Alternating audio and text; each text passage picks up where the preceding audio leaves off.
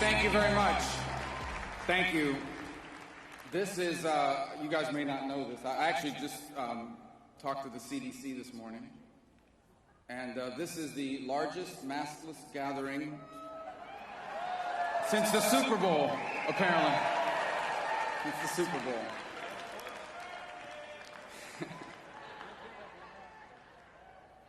Yeah, we've had an epic number of name changes going on in America lately. A bunch of people who got named the wrong thing a few years ago, and now they're trying to change their name. But anyway, I only have 11 minutes with you, and you know, rather than write something out, I just thought I'd talk to you about something that really has been weighing on me for a very long time, and in all seriousness. You know, being America is hard. And you know why being America is so hard? It's always been hard. It's because America is not normal. And let me tell you what I mean by that. Here's what's normal. Almost every person that has ever lived on Earth has had no freedom.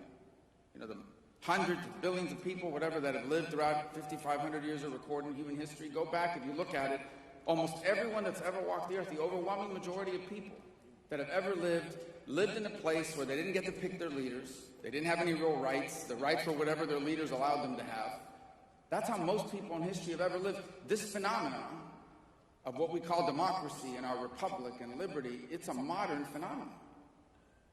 The American Revolution, what was revolutionary about it is it had this audacious idea that your rights come from God, not from a government, not from leaders. And so, being America is hard because being America is unusual compared to human history. You know, one of the fascinating things is human beings live very differently in terms of the technology we use, how we dress, how we communicate. Nothing looks like it did 1,000 years ago, except for one thing: human nature. Human nature is unchanged. Human nature is unchanged. Human nature was the same 2,500 years ago as it is today. That's why the Bible has so much wisdom in it. The same mistakes getting repeated. Why history is so important to know.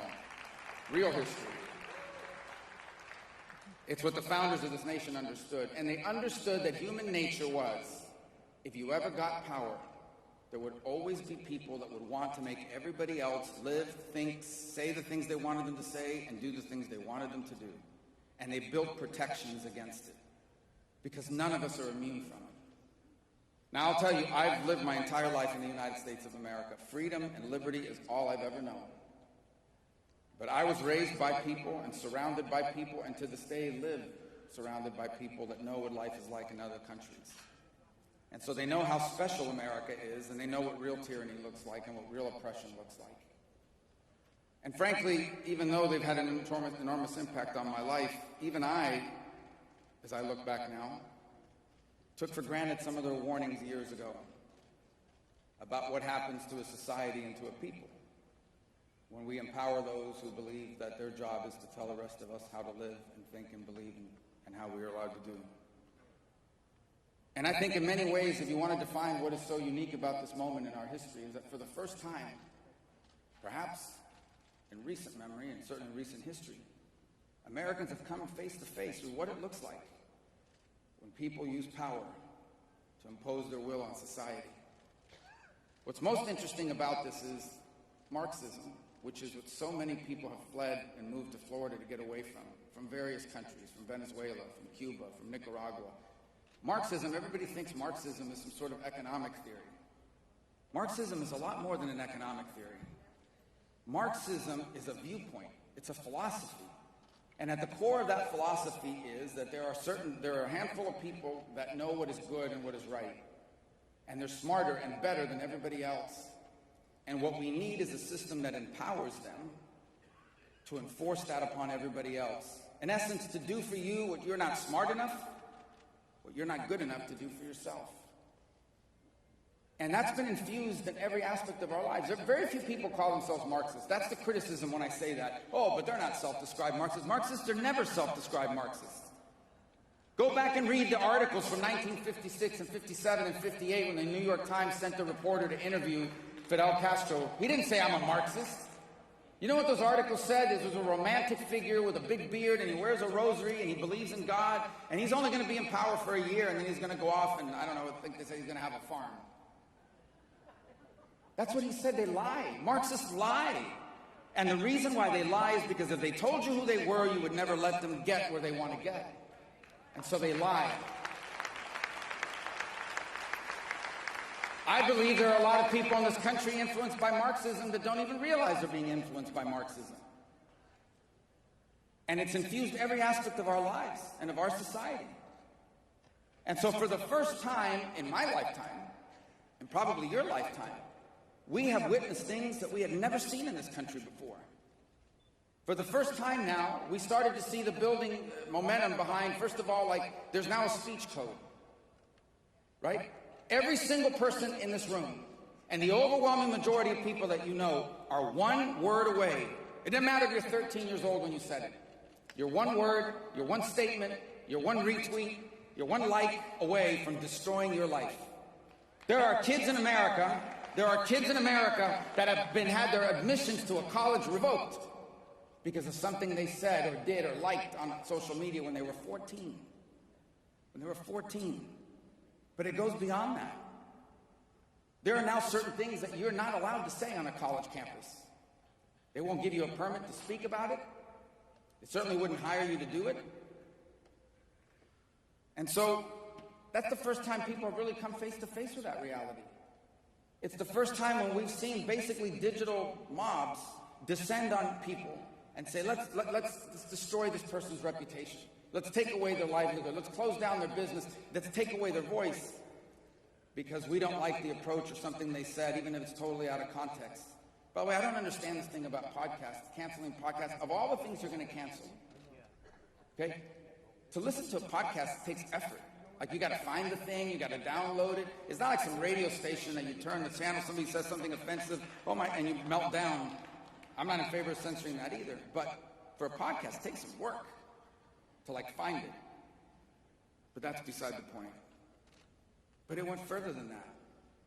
Many of you perhaps come from states or lived in places where rules are really important. Rules are very important, depending on what the rule is. So, for example, you have to go to a place, you go to this restaurant and they say, you got to wear a mask. But what they're saying is you got to wear a mask from the time you walk in, 5 feet, till you sit down. Then you can take it. And guys, let me tell you, in March of 2020, when nobody knew what this thing was, and I thought, is it in the air? We were all our hands were chapped from the disinfectant. All right, I get it. Let's figure this thing out. I don't know what this is. But now, for the first time in American history, you now have people having to produce papers. To go in somewhere, to sit somewhere, to go to the State of the Union. You got to show them I'm vaccinated. I took a test yesterday. They took my temperature, all this stuff. My point to you is, I don't want to get into all that because you're all aware of it. This is what's happening now in America, is what happens after 20 years of infusing this Marxist thought process into every aspect of our lives. And now we come face to face with it. It's the most valuable thing we have. Guys, you can always cut taxes. You can always roll back regulations. You can always elect better people. But when freedom is lost and it's eroded, it is so hard to reclaim it and to get it back.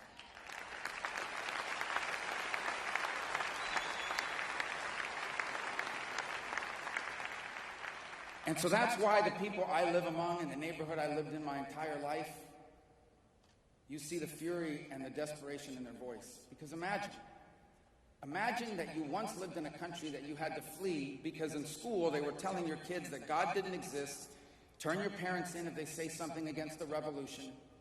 And by the way, if your parents may be arrested or even executed depending on what they did under the previous government. So you fled.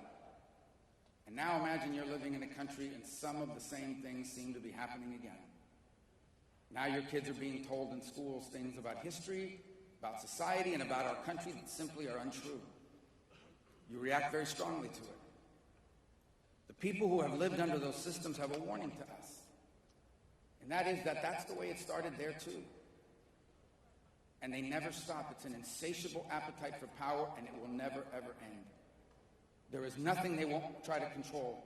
There is no aspect of your life that they won't try to influence.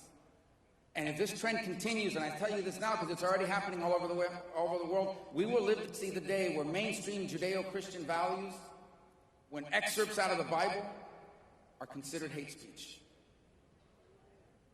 Look, I have very limited time. We could go on forever talking about this, but I'll close with this. No matter where you stand on this Ukraine-Russia situation, what we should have done beforehand, what we should do now, the one thing I think everyone can agree upon is that the people of Ukraine are inspiring to the world. I don't know if you've watched the images in the last 48 hours, okay? You have 70-something-year-old men, elderly women, younger children taking up arms, prepared to sacrifice everything. I don't know if you heard the audio of those 13 defenders of the Snake Island where the Russian ship says, surrender, this is Russian ship, surrender, and they respond, in French about what the Russian ship should go do. No matter how you feel, everything, and here's what it reminds you of. It reminds you how valuable freedom and liberty is. These are people that are basically saying, we refuse to be Putin's slaves, we refuse to live under tyranny, and we're prepared to give our life and die for it. And what it reminds us of,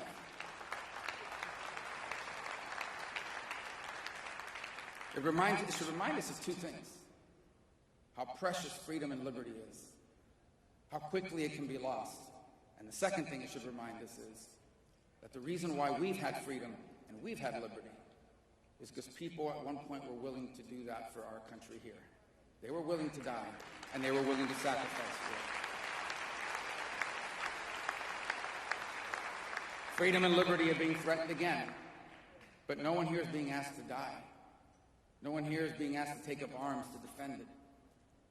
We're being asked to win elections, to speak out, to be courageous, to raise our voices, to call it out for what it is, and it's happening.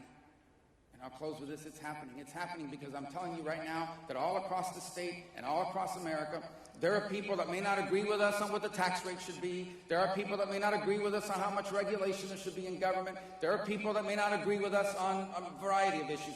There are people that perhaps have never voted the same way any of you have in a presidential race, and they're really angry. And they're getting rid of school board members because you're coming for their kids. And they're getting rid of local government officials because they're coming for their business. And they'll get rid of federal leaders that are coming for their freedom. These are people that are not ideological. Here's what they believe in: common sense, wisdom, and values. The notion that parents should have the predominant role to play in their children's lives, that people should be able to say and speak freely in this country, that this is the greatest nation on earth, not an inherently evil one. They believe in these things too. And that's why I believe that for all the negative we've heard, the pendulum is swinging. The pendulum is swinging. And I believe we are on the precipice, on the verge of a reinvigoration of the American spirit that will not just strengthen America. It will leave us freer and more prosperous than we have ever been. So let's go out and make sure that happens. God bless all of you. And let's keep CPAC in Florida. Thank you. God bless you.